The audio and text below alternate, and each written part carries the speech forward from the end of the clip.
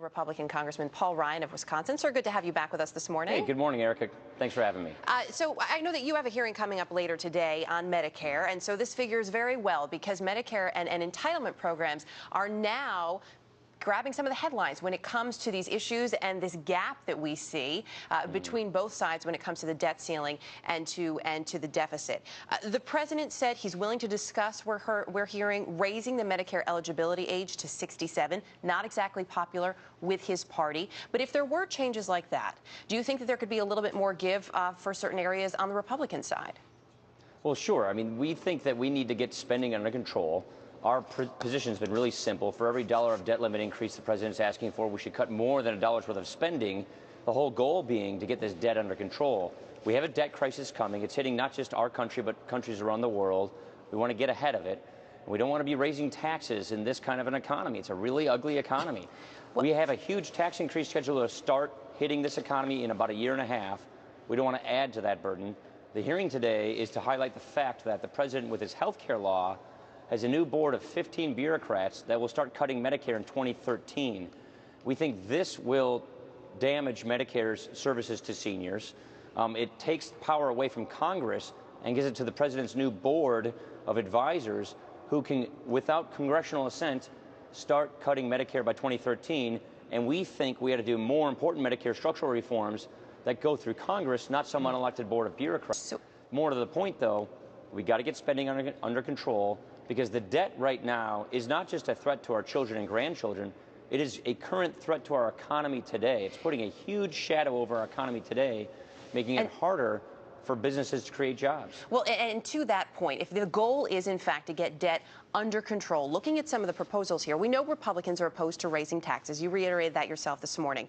But there was a little bit of an open door over the weekend when it came to the idea of closing tax loopholes. In the interest of the goal being to get debt under control, rather than putting that money into lower corporate tax rates, what about putting some of that toward deficit reduction?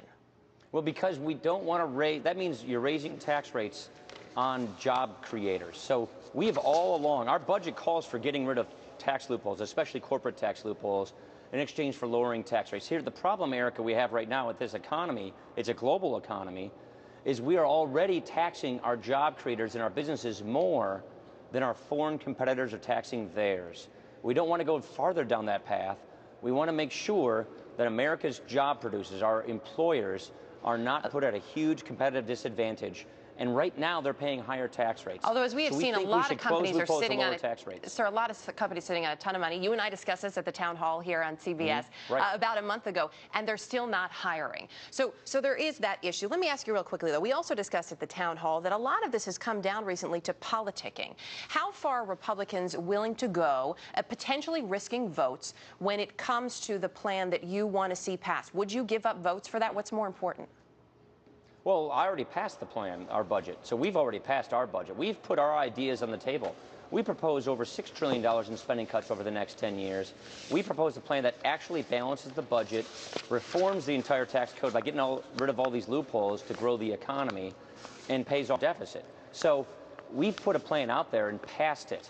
The president has yet to submit an actual plan that actually fixes this budget problem. And it's been over 800 days since the Senate even bothered trying to pass a budget. So we put plans on the table, Erica. But in the interest of getting things done around here, we have moderated our spending cut appetite to get through this moment. And all we're simply saying now is, look, for every dollar the president wants to increase the borrowing, let's cut more than $1 worth of spending to get the deficit on the right path. We're gonna have to leave it there because we are cutting into our time. Congressman Paul Ryan, thanks for coming on this morning. All right, Erica, take care.